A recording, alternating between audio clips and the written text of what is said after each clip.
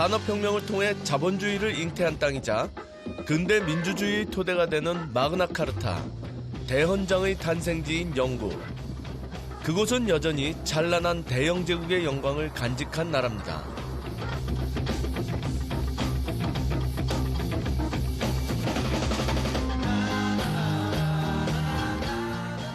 그 영화로운 시대를 활짝 연 영웅이 있습니다.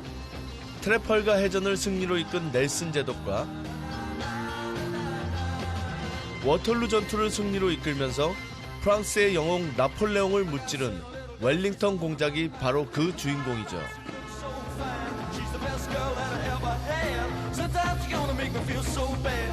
화려한 대영 제국 시대를 연 두 영웅을 만나기 위해 길을 나섭니다.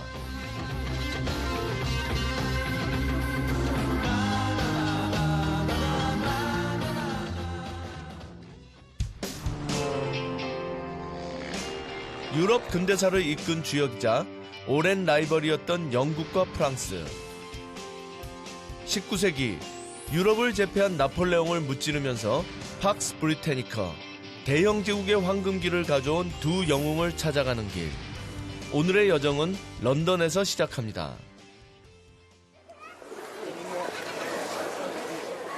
2014년 세계 관광도시 지표에 따르면 런던은 외국인 관광객 수 1위를 차지할 만큼 전 세계가 사랑하는 도시입니다. 노팅힐이라는 영화 있잖아요. 네, 그 휴 그랜트하고 줄리아 로버츠 나오는 그 영화의 바로 이 무대가 되는 곳이 이곳이죠. 노팅힐, 포르토벨로 스트리트 이런 데.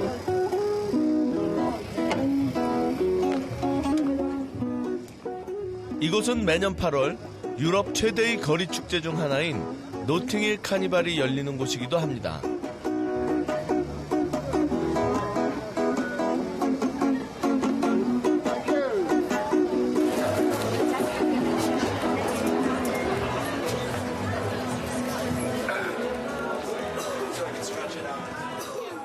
특히 포르토벨로 시장은 늘 여행객으로 붐비는 곳인데요.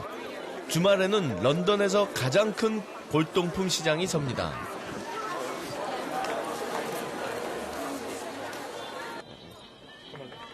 언제 만들어졌는지 가늠조차 할 수 없는 오래된 물건들이 눈길을 사로잡습니다.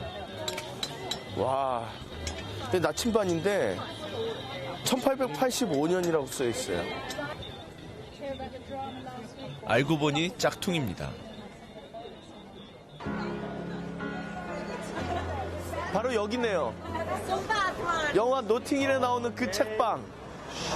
와, 이미 뭐 관광객들로. 야.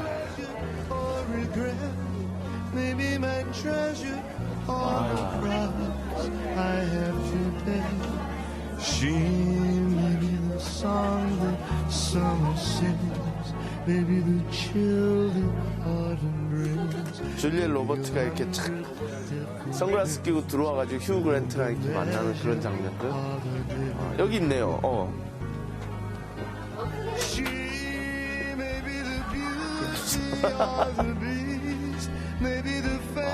1999년에 개봉한 영화 속 주인공들의 가면을 보자니 감회가 새롭습니다. 원래 이 영화 속에서 보면 이 여주인공이 뭐랄까요, 스타로서의 지친 삶을 피해서 뭔가 이제 여행을 떠나보고 싶은 마음에 가지는 못하지만 이렇게 들어오는 여행 전문 서점인데 여기 이렇게 여행 책자들이 쫙 있네요, 진짜.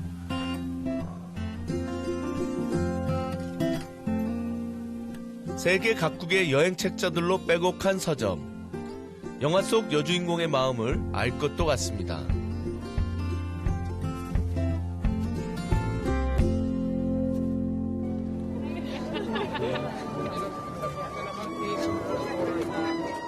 골동품 시장으로 유명한 포르토벨로의 명물 중 하나는 지도 가게입니다. 15세기부터 시작된 대항해 시대에 세계 곳곳의 지도와 문물이 몰려든 곳이 바로 이곳 런던인데요. 지금도 그 흔적이 남아 있습니다.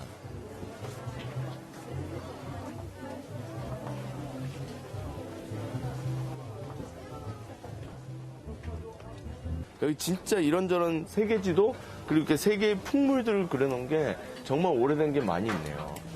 아. 19세기 세상의 중심에 섰던 대영 제국의 위상이 느껴집니다. 저쪽에는 이제 넬슨 제독의 이렇게 그림도 있네요. 응? 넬슨 제독 1810년 작품인데요. 야. 넬슨 제독은 트래펄가 해전으로 유명한 영국의 영웅이죠. 오. Sea of Korea, 1790. 17. All the maps in this shop are originals, no modern copies, no reproductions. Is it original? Oh, really? Printed in 1790 and hand-coloured. 아. Sea of Korea라는 글자가 눈에 확 들어옵니다. 우리가 요즘 뭐 이제 독도가 있는 이 바다 갖고 항상 논란이 있잖아요. 일본은 뭐 이게 Sea of Japan이라고 자꾸 뭐 이상한 소리를 하는데 여기 정확하게 Sea of Korea라고 나와 있네요. 1790년. 이거 왠지 좀 하나 사야 될 것 같은 느낌이 드는데요.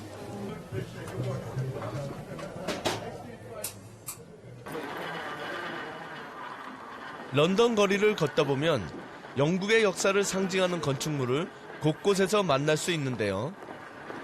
지금 바로 이 앞에 있는 세인트 폴이라는 성당을 가고 있거든요. 영국에서 제일 큰 성당이고 어떻게 보면 런던 시내 한가운데 있는 그 런던의 심장이라고 할 수 있는 그런 성당입니다. 세계 3대 성당 중 하나인 이곳은 윈스턴 처칠의 장례식과 찰스 황태자와 다이애나비의 결혼식이 열렸던 곳으로 영국 역사에서 아주 의미 있는 곳입니다. 영국이 하는 사회가 이 작은 사회가 어떻게 대영제국이라는 이름하에 세상을 지배할 수 있었느냐.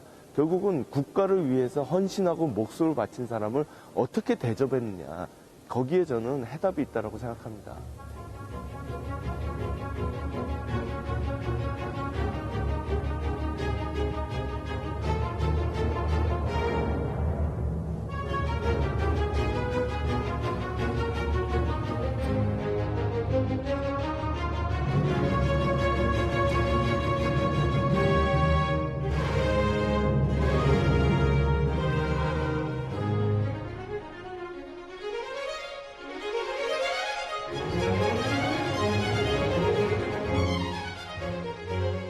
세인트 폴 대성당은 나라를 위해 목숨을 바친 영웅들의 기념비와 무덤으로 유명한데요. 이 거대한 조형물은 워털루 전쟁을 승리로 이끈 웰링턴 공작의 기념물입니다. 이 안에 이렇게 거대한 조형물을 만들어 놓은 사람은 이 사람밖에 없어요.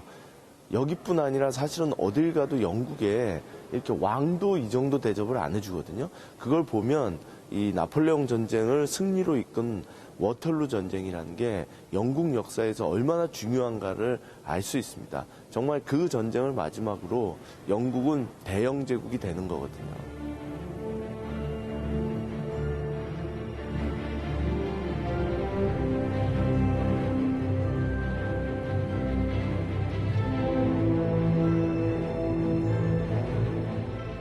웰링턴 장군이 나폴레옹으로부터 땅을 지켜냈다면 바다엔 넬슨 제독이 있었습니다.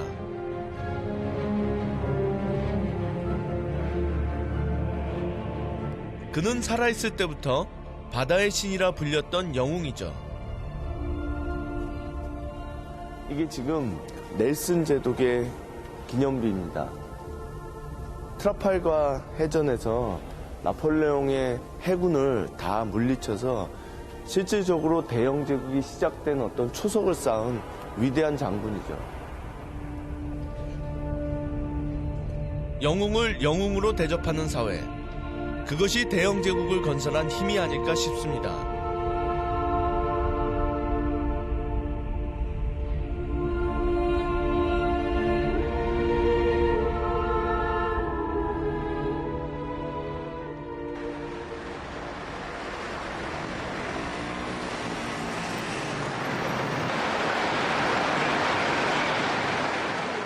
영웅을 기리는 곳은 세인트 폴 대성당뿐만이 아닙니다.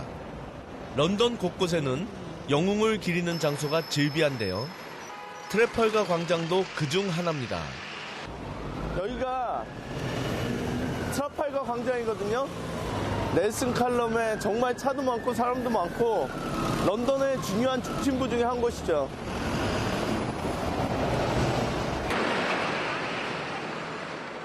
높이 50m의 넬슨 기념비가 있는 이 광장은 집회와 공공 모임의 주요 장소인데요. 사람들이 많이 모여 있는 것을 보니 무슨 행사가 있는 모양입니다. 지금 이 트라팔가 광장에는 사방으로 4개의 기단이 있거든요. 근데 이 중에 4번째 기단은 언제나 비어 있어요. 그때마다 작품을 1년에서 2, 3년 안에 한 번씩 바꾸는데 오늘 정말 오랜만에 작품이 바뀌는 날입니다. Take it away, folks. Let's see the horse.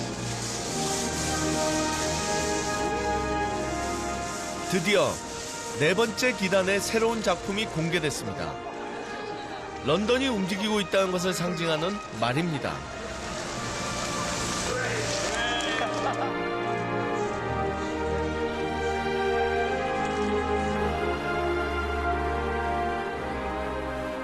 비어있던 4번째 기단의 새로운 주인이 들어서는 행사가 끝난 트래펄가 광장. 이곳의 주인은 누가 뭐라 해도 넬슨 제독이죠. 바다에서 일생을 보낸 그는 오른쪽 눈과 팔에 이어 목숨까지 내놓으면서 나폴레옹 전쟁을 승리로 이끈 영웅입니다.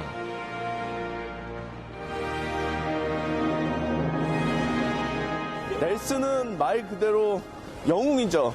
우리 역사에 있어서 이순신 같은 역할을 하는 분이에요.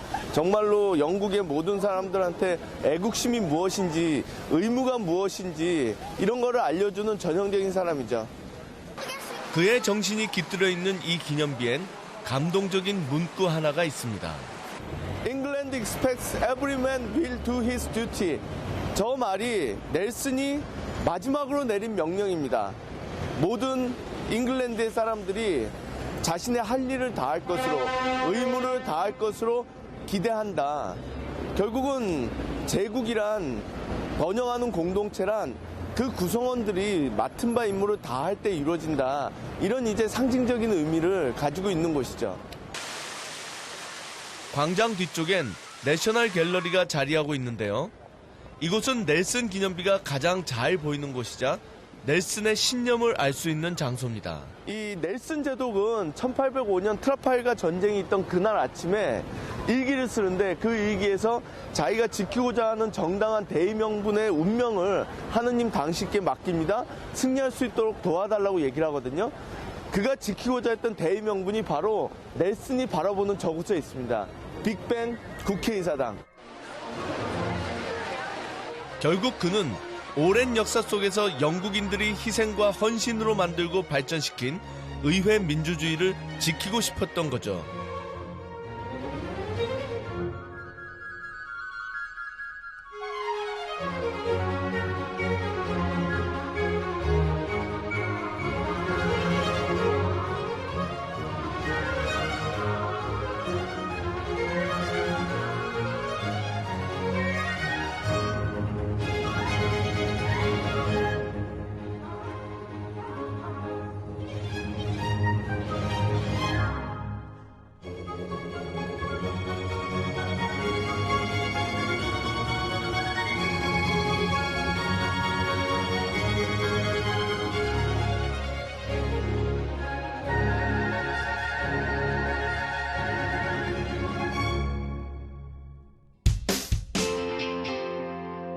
이번 여정은 나폴레옹 전쟁을 승리로 이끈 워털루 전투의 격전지와 그 승리의 역사가 기록된 윈저성으로 향합니다.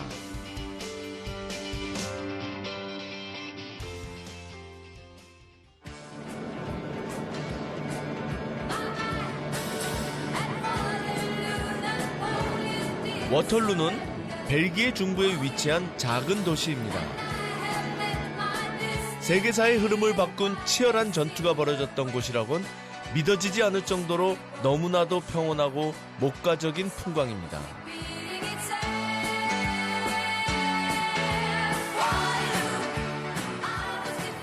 당시 전쟁터에는 사자의 언덕이라는 기념물만이 과거에 치열했던 전투를 말해주고 있습니다.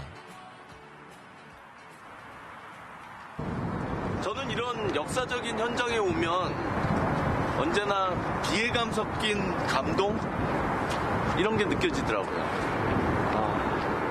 1815년 6월 18일에 어떻게 보면 세상의 역사를 바꾼 위대한 전투가 바로 이 현장에서 벌어졌습니다. 지금은 이렇게 평화로운 농촌처럼 보이지만 그날 지금 제 눈앞에 펼쳐진 이곳에서는 영국을 중심으로 한 연합군이 쫙 포진을 해 있었어요.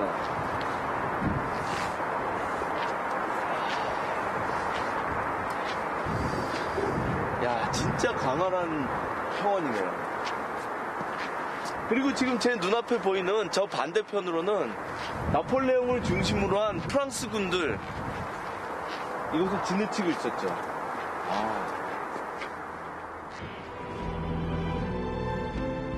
1815년 2월 엘바섬을 탈출한 나폴레옹이 군대를 이끌고 파리에 입성하자 다시 전쟁이 시작됩니다. 그리고 이곳 워털루에서 나폴레옹의 프랑스군과 웰링턴이 이끄는 영국 프로이센 연합군이 운명의 대격전을 벌이죠. 결국은 이날 전투에서 나폴레옹은 집니다.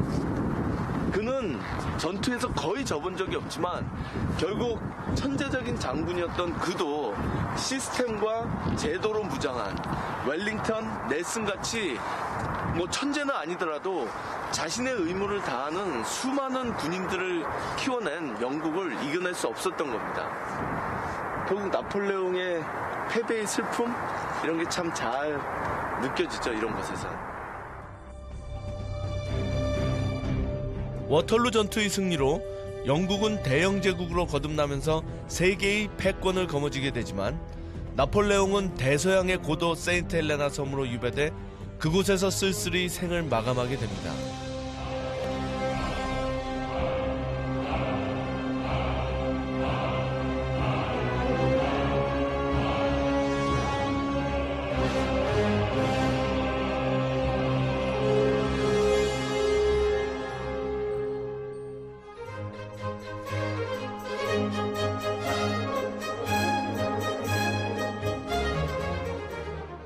런던 교외에 있는 윈저성엔 워털루 전투의 승리를 기념하는 방이 마련돼 있습니다. 11세기 영국의 정보강 윌리엄 1세가 세운 윈저성은 런던의 버킹엄 궁전, 에딘버러의 홀리루드 궁전과 함께 영국 군주의 공식 주거지 가운데 한 곳입니다. 실제 거주자가 있는 성으로는 세계 최대 규모이자 가장 오래된 성이죠.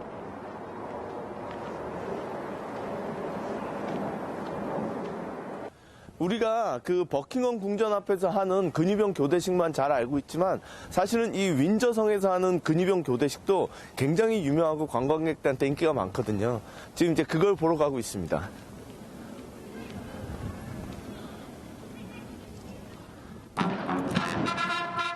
곰털 모자를 쓴 근위병 교대식은 영국에서 빼놓을 수 없는 볼거리 중 하나죠.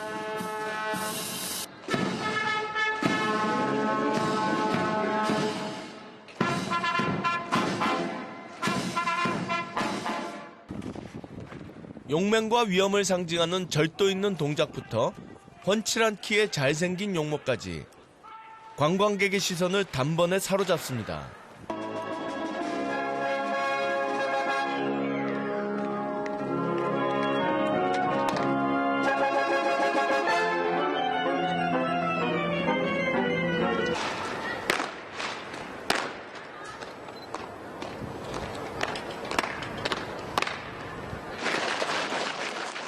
곰털 모자를 눌러쓴 모습이 마치 커다란 병정 인형 같습니다.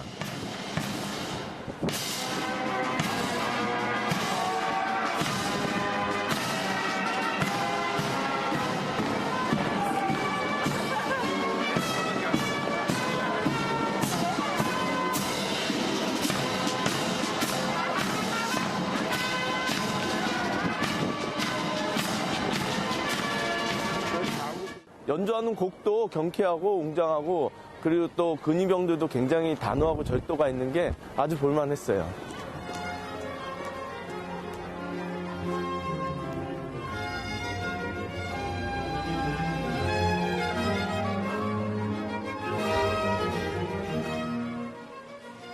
윈저성에는 영국의 수많은 역사적 사건을 기록해 놓은 방이 있는데요. 그 중심엔 워털루 전투의 승리를 기념한 워털루 챔버, 즉 워털루의 방이 있습니다. 1815년 6월 18일 날 오늘날 벨기에에 있는 워털루에서 영국을 중심으로 한 유럽의 연합군이 나폴레옹을 물리치고 마지막으로 이 나폴레옹 전쟁을 승리로 거둔 그 워털루 전쟁을 기념하기 위해서 만든 방입니다. 워털루 전쟁의 주인공인 그 웰링턴 공작을 중심으로 해서 그 당시 이제 각국의 왕들, 수뇌부들의 초상화가 쫙 걸려 있죠. 정말 웅장하네요.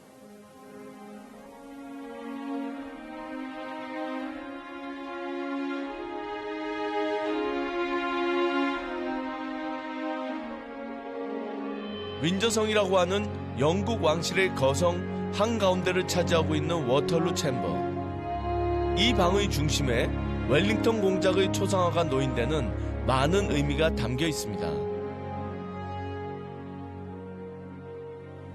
이 워털루 챔버의 특징 중에 하나가 문으로 딱 들어오면 정면 제일 높은 곳에 워털루 전쟁의 승전 장군이었던 웰링턴 공작의 초상화가 있습니다. 가만히 와서 보시면 이 초상화가 2층으로 되어 있거든요. 아래층에는 그 당시의 왕들, 그리고 위층에는 그 당시에 전쟁에서 직접 싸웠던 장군들의 초상화가 있습니다.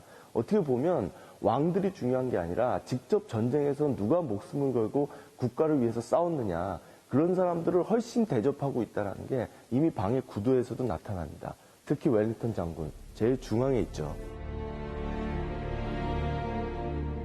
영국 사회가 얼마나 대영제국 시대를 자랑스럽게 여겼는지 알 수 있는 대목입니다.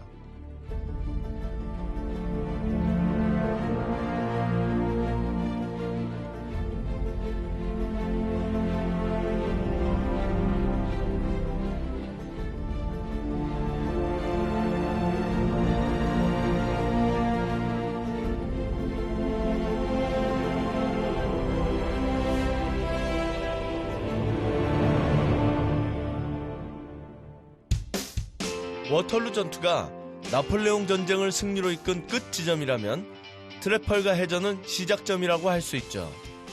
이번 여정은 트래펄가 해전의 승리의 주역 넬슨 제독의 기함 빅토리오가 있는 포츠머스로 향합니다. 12세기에 건설된 포츠머스 항은 영국에서 가장 중요한 해군 기지입니다. 수백 명의 선원과 함께 침몰한 헨리 8세의 기함 메리 로즈호와 트래펄가 해전 때 넬슨 제독의 기함이었던 빅토리호가 있는 곳으로 유명합니다. 800여 명의 선원과 100여 문의 대포를 실었던 빅토리호는 19세기 영국 해군의 힘을 대표하는 함선입니다.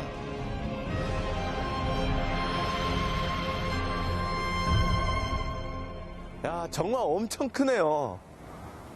깜짝 놀랐습니다. 지금 이 배가 1805년 트라팔가 해전 때 넬슨 제독이 탔던 기함 빅토리호입니다. 이야, 이게 책에서만 보다가 직접 보니까 실물을 정말 큰데요. 응? 이 내부 구조도 상당히 넓습니다.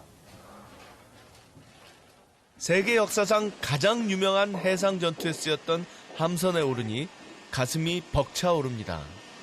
와, 이게 지금 나무로 만들어진 배고 1805년 트라팔가 전투에서 실제 사용했던 그 배인데 정말 그 당시 영국 해군의 위용을 제대로 나타내주는 그런 배인 것 같습니다. 그리고 여기서 더 이렇게 제가 감동을 받은 건 넬슨 제독뿐이 아니라 이 배에 타고 있던 그 800여 명의 선원에 대한 이야기인 거예요. 여기 보시면 지금 이 대포 옆에 식탁이 있거든요. 그러니까 일을 하면서 바로바로 24시간 전시체제에서 밥을 먹는 거예요. 그리고 저 앞에 가면은 이제 이 해먹이 있습니다. 이 해먹 위에서 잠을 자는 거거든요. 이런 공간에서 밥을 먹고 잠을 자면서 정말 국가를 위해서 바다를 누빈다? 그 당시 영국 선원들의 강인함이 정말 절절하게 느껴지는 그런 공간입니다. 진짜 이 강대국이라는 게 아무나 되는 게 아니구나. 넬슨같이 위대한 지도자도 필요하지만 그와 함께 그와 더불어 정말로 일선에서 일하는 이런 선원들의 힘이 결국 대영 제국을 가능하게 했구나라는 생각이 듭니다.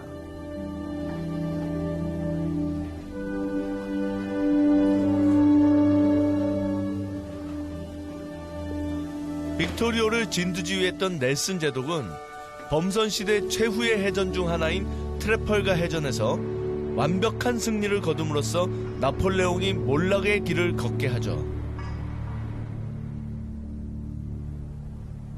이것을 계기로 영국은 19세기 세계의 바다를 장악함으로써 영원히 해가 지지 않는 대제국을 건설했지만 넬슨 제독은 트래펄가 해전에서 최후를 맞습니다. 바로 이 장소네요. 1805년 10월 21일 날 트라팔가 해전이 있었던 바로 그날 넬슨 제독이 총에 맞고 쓰러진 그 장소입니다. 이렇게 동판으로 표시를 해놨네요. 전쟁을 승리로 이끌었지만 본인은 목숨을 바친 우리에게 있어서는 이순신 장군 같은 사람이거든요. 정말로 역사적인 그런 장소네요.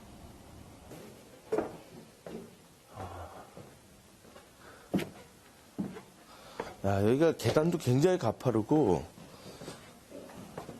천장이 굉장히 낮습니다.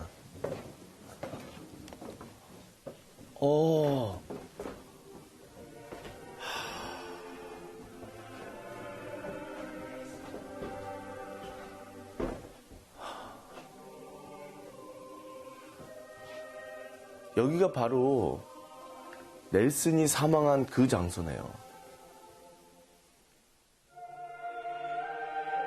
갑판에서 총을 맞은 넬슨 제독은 병사들의 사기가 떨어질까봐 천으로 얼굴을 가리고 이곳까지 내려와서 힘겨운 사투를 벌였다고 합니다. 사투를 벌이면서도 그는 끊임없이 전쟁을 독려했다라는 거예요.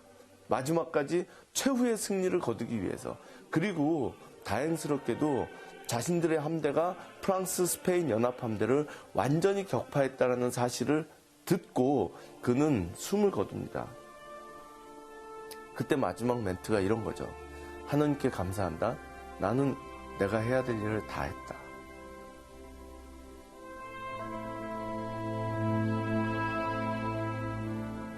제가 이 책을 봤을 때는 그런 걸 못 느꼈는데 와서 막상 이 공간을 딱 보니까 정말 약간 이렇게 울컥하네요.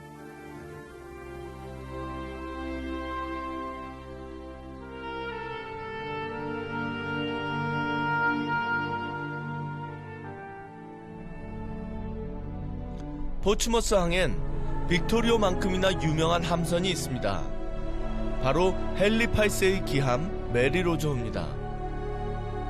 1545년 프랑스와의 전투 때 수백 명의 선원과 함께 침몰했던 메리로조는 1982년 인양되어 현재 이곳에서 복원 중입니다. 영국 역사상 가장 중요한 배를 지금 찾아가고 있습니다. 바다를 향한 헨리 8세의 꿈이 집약된 메리로조는 침몰되기 전까지 30여 년간 전투에 사용됐던 함선입니다. 정말 어마어마한 규모네요. 1982년에 건져낸 이 배는 올해 말까지 건조 작업을 마치고 수세대에 걸쳐 복원할 계획이라고 하는데요. 메리로조호에 대한 영국의 자부심과 깊은 애정이 느껴집니다. 사실 유럽 역사에서 바다를 가장 먼저 개척한 것은 스페인과 포르투갈이었거든요. 우리는 그 시대를 대항해 시대라고 부르죠. 영국은 후발주자였어요. 그러나 이 헨리 8세가 이렇게 거대한 배를 만들었듯이 헨리 8세의 아버지였던 헨리 7세, 그리고 헨리 8세, 그리고 헨리 8세의 딸인 엘리자베스 1세, 이 3대에 걸쳐서 바다에 대해서 지속적으로 관심을 가지고 바다를 개척하기 위해서 엄청나게 노력을 합니다. 결국 이 배는 어떤 거대한 사업이 한순간에 이루어지는 게 아니라 3대에 걸친 그런 지속적인 관심과 노력 끝에 영국이 스페인과 포르투갈을 제치고 세상의 바다를 장악하는 어떤 기반을 마련했다라는 사실을 우리한테 잘 알려주고 있는 그런 공간입니다.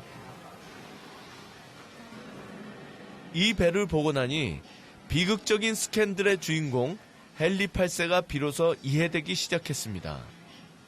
헨리 8세라는 사람이 정말로 강대국에 대한 욕망이 있었던 사람이구나.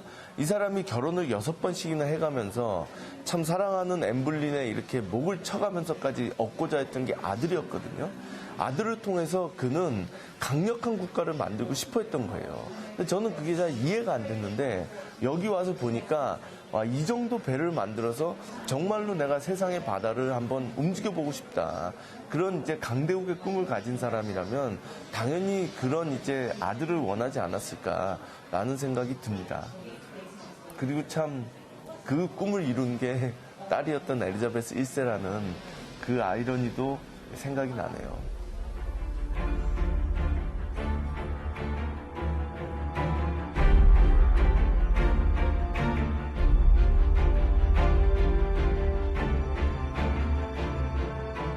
삼대에 걸쳐 해상 강국의 꿈을 실현함으로써 대영 제국을 건설하고 세계의 바다를 지배했던 영국. 그 파란만장한 역사를 만날 수 있었던 포츠머스 항을 뒤로하고 영국이 스페인 무적 함대를 무너뜨렸던 도버로 향합니다.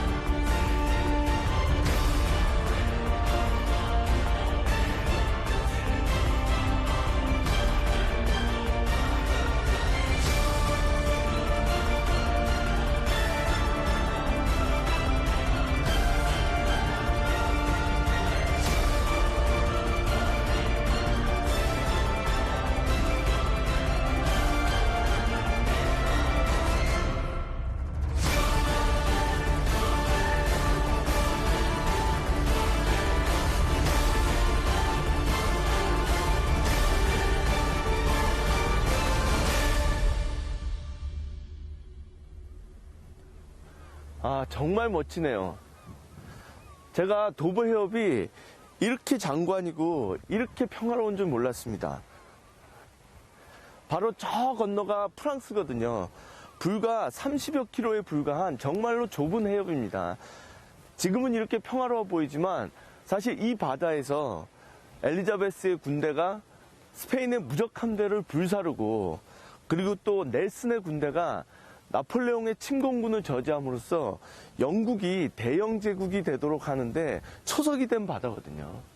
영국은 이 좁은 해협을 지켜냄으로써 세계를 지배하게 된 거죠.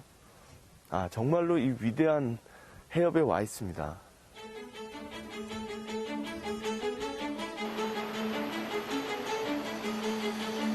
역사상 수많은 해상 전투가 벌어졌던 도버 해협은 영국이 세계의 바다를 지배할 수 있게 한 바다인 동시에 위대한 정복자들이 패배를 맛봤던 바다죠.